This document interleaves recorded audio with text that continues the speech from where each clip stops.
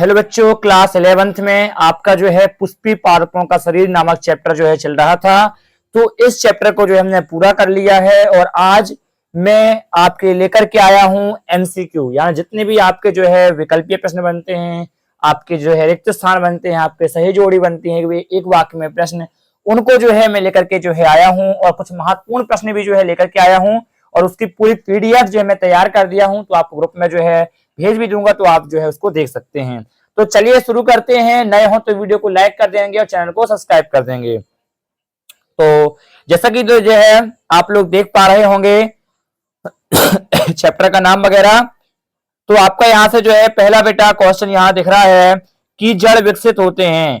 तो जड़ कहाँ से विकसित होते हैं? तो आपको पता होगा कि जड़ बेटा आपके जो है मूलांकुर से विकसित होते हैं। जहां ये हाईलाइट लगा हुआ है उसका मतलब ये बहुत ही महत्वपूर्ण प्रश्न है, समझ रहे हो ना। मैंने आपको जो है उसमें भेजा भी है, जो उसमें बने टेलीग्राम में, और फिर उसकी पीडीएफ बनेगी। तो ये बहुत महत्वपूर्ण प्रश्न है जहां पर ये हाईलाइट किया गया है। धनिया में किस प्रकार का पुष्प क्रम पाया जाता है? तो आपका आंसर आएगा छत्रक आएगा। तिरछा अंडाशय, फूला हुआ बीजांडासन व चिरलग्न बाह्यदल लक्षण होता है। तो किसके? सोलेनेसी का। किसका भैया? सोलेनेसी का। इसके बाद आपका नेक्स्ट क्वेश्चन आएगा कूट फल का उदाहरण।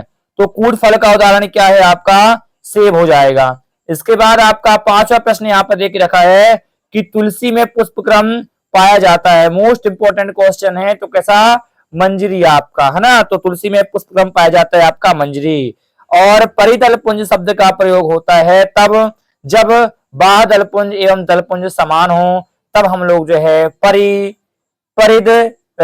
परिदलपुंज यूज करते हैं। परिदलपुंज कब यूज करते हैं? जब बाह्य दलपुंज एवं दलपुंज समान हो, तब हम लोग जो है परिदलपुंज शब्द का प्रयोग करते हैं। चलिए आगे बढ़ते हैं। नेक्स्ट यहां से बेटा आपके जो है रिक्त स्थान शुरू हो जाते हैं। तो सूरजमुखी जो है आपका, सूरजमुखी खालिस्तान, सूरजमुखी में खालिस्तान पुष्पक्रम पाया जाता है। तो सूरजमुखी में आपका कैपिटुलम या मुंडक पुष्पक्रम पाया जाता है। आलू बैगन कुल जो है सोलेनेसी कुल के पौधे होते हैं। पुष्प एक रूपांतरित प्रारोह है, मतलब पुष्प एक प्रारोह तंत्र का भाग होता है। खालिस्तान पर पर्व व आपकी पर्व संधियां पाई जाती हैं। तो किस पर बेटा आपके? तो आप बोलेंगे सर तने पर पर्व व पर्व संधियां पाई जाती हैं। कल ही मैंने पढ़ाया था आपको।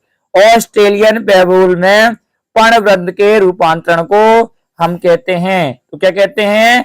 तो फिल्लोड कहते हैं, या इसी को हम कहते हैं पर्णोभवत कहते हैं। द्विबीजपत्री में आपके जालिकावत प्रकार का सिरा विन्यास पाया जाता है। तुलसी में आपके वर्टिसिलास्टर पुष्पक्रम पाया जाता है। मटर का बीजांडान्यास आपका सीमांत होता है। इसके बाद आगे चलेंगे। आगे आपके सत्य वाले क्वेश्चन आ जाते हैं। यहाँ पर देख पा रहे होंगे एक बीजपत्री पौधों में प्राथमिक मूल अल्पायु होते हैं। तो आपका ये सत्य हो जाएगा। नीम पिच्छाकार संयुक्त पत्ती का उदाहरण है, ये बिल्कुल सत्य हो जाएगा आपका। अंजीर में हाइपोथेंडियम पुष्पक्रम पाया जाता है, तो ये आपका बिल्कुल सही हो जाएगा। केले में पुष्पक्रम को ढकने वाला रंगीन बड़ा सहपत्र स्पेस कहलाता है, तो ये भी आपका बिल्कुल सही है। मूलरूम पत्र के विभोजित क्षेत्र में पाए जाते हैं, तो क्या आपके बेटा ये आपका गलत हो जाएगा। फल परिपक्व अंडाशय का प्रतिनिधित्व करता है, ये आपका सही हो जाएगा। ठीक है, ज्यादा बताने वाली चीजें यहाँ नहीं है मुझे, है ना। कैटोरिया क्या है भाई? तो कैटोरिया आपका एक यूफोरबिया हो जाएगा इसका, है ना। कैटकिन पुष्पक्रम क्या हो जाएगा आपका? तो ये हो जाएगा आपका सहतूत। क्या हो जाएगा भैया? सहतूत हो जाएगा। आलू क्या है? तो आलू बेटा आपके सोलेनेसी हो जाएगा आपका। लौकी किसके अंतर्गत आएगी? तो लौकी आएगी आपके अधोवर्ती पुष्प के अंतर्गत। पर्णावत का है भैया, तो आपका ऑस्ट्रेलियन अकेसिया। ठीक है, अब चलते हैं एक वाक्य की ओर। एक वाक्य में आपका प्रश्न है एक पत्ती में किस प्रकार का सिर विन्यास पाया जाता है? तो आपका समानांतर सिर विन्यास। कपास के रेशे किस भाग से प्राप्त होते हैं?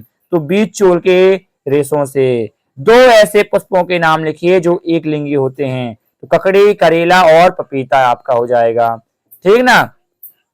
इसके बाद आपके सोलेनेसी कुल में कौन सा अभिजनन्यास पाया जाता है, तो आप पक्षी है। मटर का वनस्पतिक नाम क्या है, पाइस, पाइस सेटाई वम, ये इसका नाम होता है।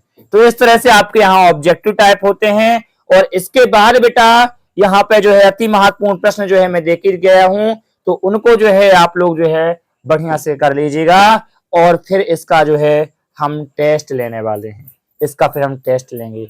और एक बात बता दूं आप लोगों को कि आपके जो त्रैमासिक परीक्षा हो गए बेटा, उनको जितने अच्छे से हो सके उनको सॉल्व कर लेना। और नहीं यदि आ रहे हैं तो मुझे आप लोग जो है उसकी फोटो भेज देना, मैं बढ़िया से आपको सॉल्व करा दूंगा।